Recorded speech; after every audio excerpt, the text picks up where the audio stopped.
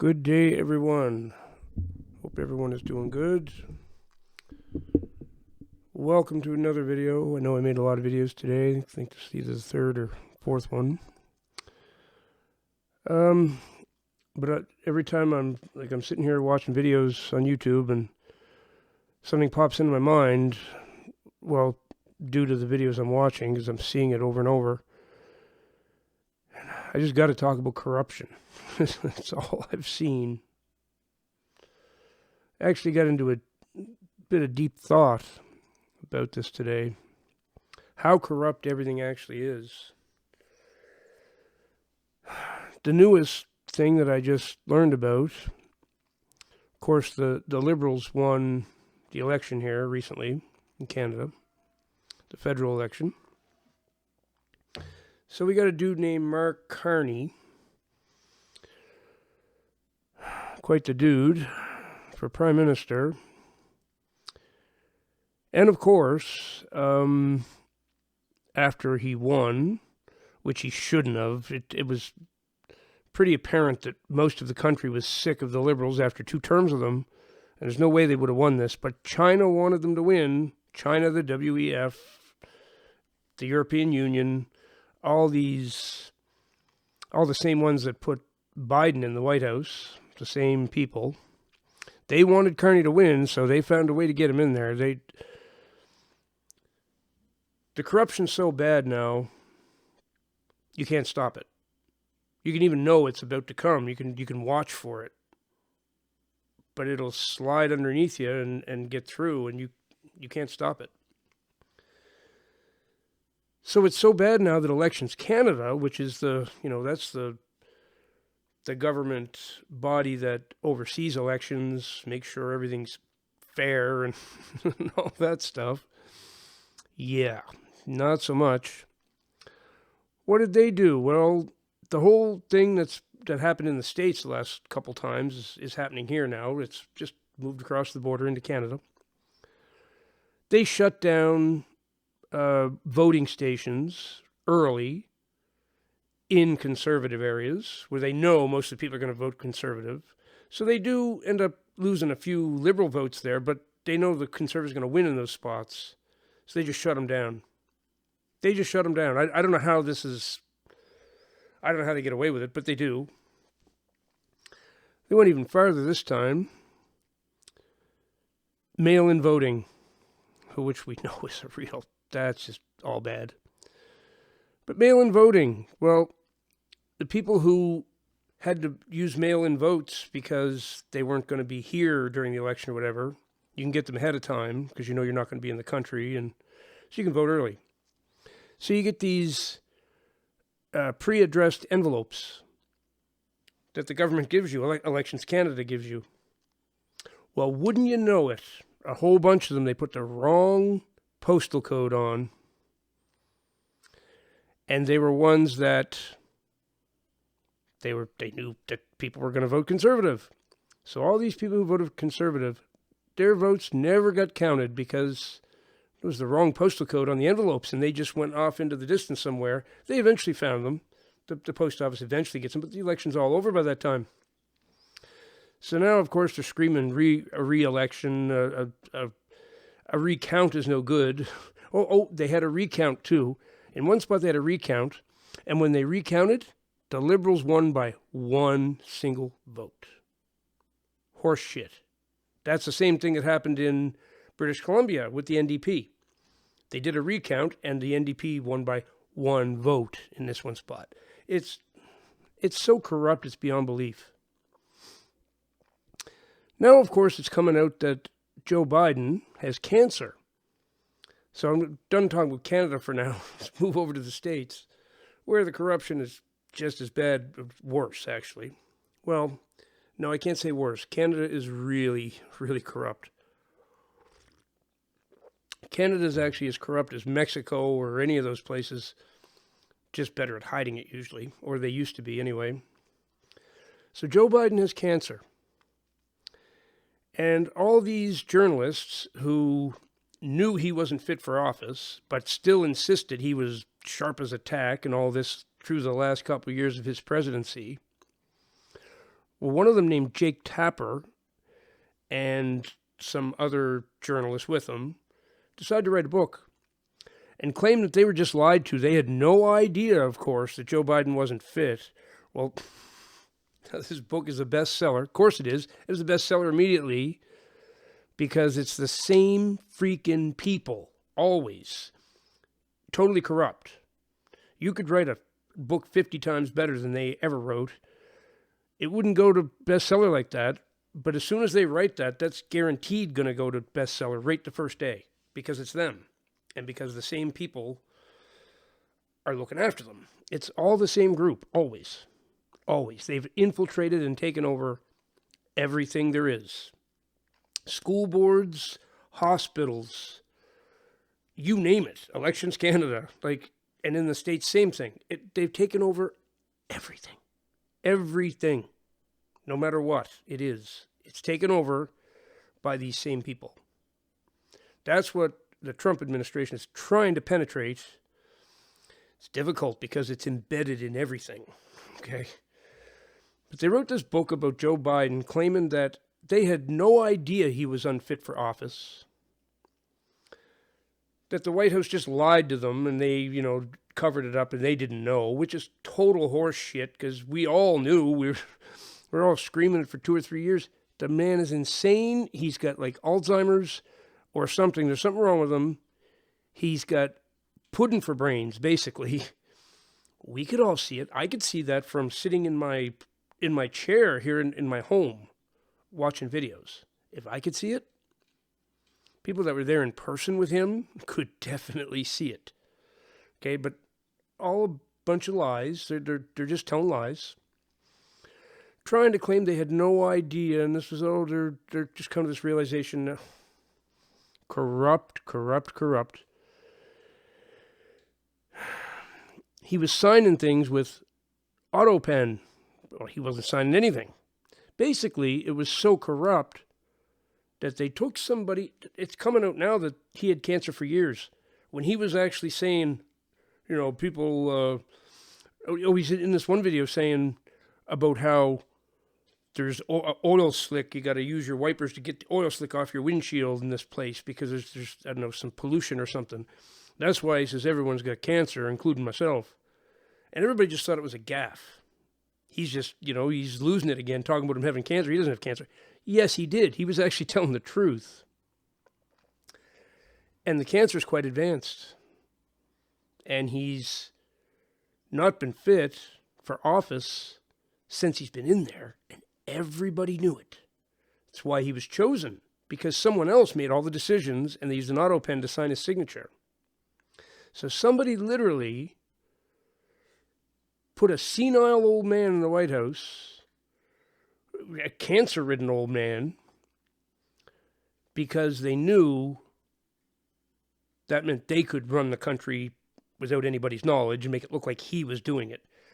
Corrupt, that's beyond corrupt. I mean, that put the whole United States of America in serious danger. They didn't even have a competent person. Well, we don't know who was at the helm. There's reports now that Hunter Biden and his wife Jill Biden were running the country. No one had any idea. It gets to the point when you really think about this a lot the way I do. I don't recommend that, actually. Check it out, visit the topic, then go for a walk in nature. Go for a walk in the woods or even just down the street, whatever. Don't dwell on this too much because it really depresses you. It gets to the point where it feels like there's no point to anything because they have infiltrated every last thing. Judges are corrupt. Politicians are corrupt. Doctors are corrupt. You freaking name it. Teachers are molesting kids. The school board is protecting them. All infiltrated by the same group. The same group.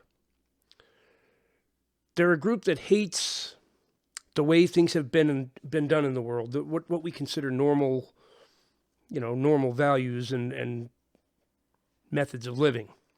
They want to scrap it all. And some of these things we can't scrap because they're things like kids can't give consent for sexual things, right? And can't give consent to have their bodies mutilated and have like trans surgery and stuff like. They want to change all these norms.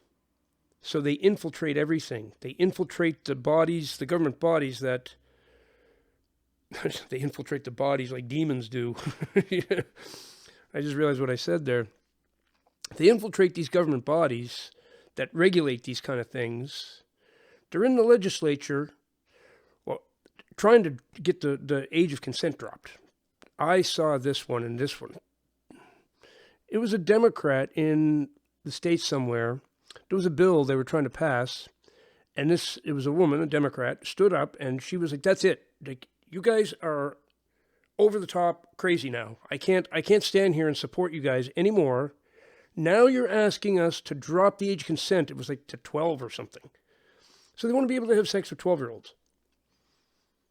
Right? And that's not even just corrupt.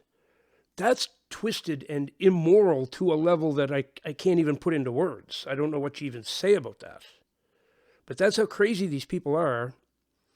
And they're so adamant on it, they want it no matter what, that they're willing to go to any lengths. They've infiltrated everything you can infiltrate.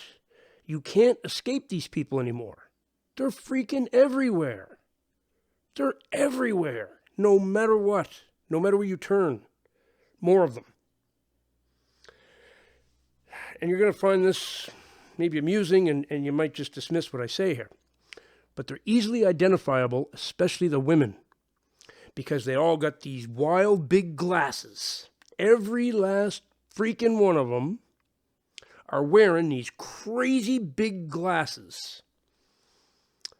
And they're multicolored. Some of them are bright green and purple, and they might be at a press briefing. You know, they're a politician. In the States, you see these people at a press conference. They're a congresswoman or, you know, in some cases, maybe the governor or the mayor or whatever. With these great big, hideous Elton John-looking glasses on them. That's them every time. That's them every time. I've been watching them. And if you see those glasses, mark my words, that's somebody that supports trans kids being able to transition. They want to lower the age of consent. They want kids to be able to have sex with adults, all that stuff. Every time you see those glasses, I promise you, I've been watching this for years now. They never disappoint. It's unbelievable. It's no wonder so many people are giving up. I don't think it can be fixed now. And regardless of what anybody thinks, China is responsible. China and the WEF together are responsible for most of it. At least here in Canada, they definitely are. And I think they are everywhere. But for sure in Canada, through things like Confucius Institutes. And why do we trust a communist regime? And I don't even mean just the government. I'm talking regular average people. Why? This racism thing. You say anything about China infiltrating, oh, that's racist. You just hate Asians. And people are, oh, no, I don't hate you. Don't call me a racist. And they freak out. They don't want to be called a racist. Go ahead and call me a bloody racist. I don't care. Call me that all day long. I don't care. You can call me anything you like, really. Go at it. It whether it's true or not, I don't care if you call me that. I don't care about name calling. It doesn't even affect me. And it shouldn't affect any of you. It shouldn't affect anyone, period. Unless you're a little child and you haven't learned to not let that affect you yet. But why would we trust a vicious communist regime like the Chinese Communist Party? Get an actual government in that country that isn't totally corrupt and vicious to its own people. They welded the doors of people's houses shut during COVID. Once they had COVID-19, they welded them in there so they couldn't get out. They did it to an apartment building, and it caught fire and burned to the ground, and everybody in it died. Because they welded the doors shut and nobody could escape, so they burned alive in there. Why would we bother to trust? To have them come in our country and do things like open Confucius institutes, and we have to be insane to trust that. Literally. We have to be completely insane. And now, the refugee situation, this country has just brought in all these people, like the States did under Biden. Justin Trudeau did the same thing here, because it's the same playbook, the same group, the same exact playbook. And now, refugees are getting up to $8,000 a month in government assistance, whatever. Plus, they just come up with a new thing called the Canoe app, which allows them to go into all museums for free and all these different, and half off their travel. They can take plane flights anywhere in the country for half off, and all these wonderful benefits. No regular Canadians get these things at all, nor do we get near, anybody that's on assistance in Canada, if you're not a refugee, you're not getting shit. You're getting enough to, probably not even enough to pay rent and feed yourself. And that includes disability or, just regular welfare, whatever it is. It's not enough to survive. But if you're a refugee, it's so corrupt. They're getting $8,000 a month. I could live pretty nice on $8,000 a month. Sounds good. Some of them, they're putting them in hotels and paying the whole shot for them. They're living in a nice luxury hotel, paid for. Room service, the whole bit. Tell me that's not corrupt. So, I could sit here and go on about corruption for 5 days straight. There's a guy in Congress in the States, Cory Booker, I think his name is. Literally, they did an all-nighter in Congress, and he gave a speech over, it was almost 25 hours long. 25 hours he rambled on for it. I don't know if he was just making a statement about something. I don't know what his point was there, or if he was going for a record. I think he has the record now. I'm pretty sure that was. But yeah, I could definitely sit here and talk about corruption for 25 hours and not run out of things to say. I could go from one story to the next. If it exists, it's corrupt. Let me repeat that. If it exists, it's corrupt. Everything. Every last thing. Every TV station. Every radio station. Every hospital. Every school. Every government body, period. Every committee. I bet you it's getting so bad that a little kid with a lemonade stand, that's probably corrupt. There's probably some major corruption going on in lemonade stands. It is to the point where I understand people giving up. I honestly do. Excuse me. I'm going to recommend you don't give up, but I can understand why people do. It is, and as I say, try not to spend too much time on the topic, because it is one of the more depressing things to keep looking at. The more corruption I see, just my heart just sinks. It's like, this is the morality of humans. It says in the Bible that during this time, there is no morality of humans. It's just that humans are going to turn totally sour and bad and corrupt and vicious, just vicious, and that's what they are. That's how they've become. We're doing crowdfunding. We're making people rich who've killed people. And I mean, not in self-defense, but who've killed people, who've done really nasty, shitty things. What do? People give them money and make them rich so they can move into a big mansion and have a big SUV and... But do something good and help people, no one will even notice you. It's really... The world's upside down. Good is bad and bad is good. And The Bible says, woe to those who find things that way. It is something else, folks. It is something else. But try and stay positive the best you can.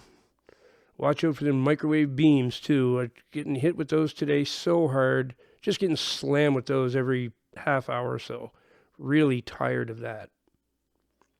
So, anyway, thanks for watching, and I will see you in the next one.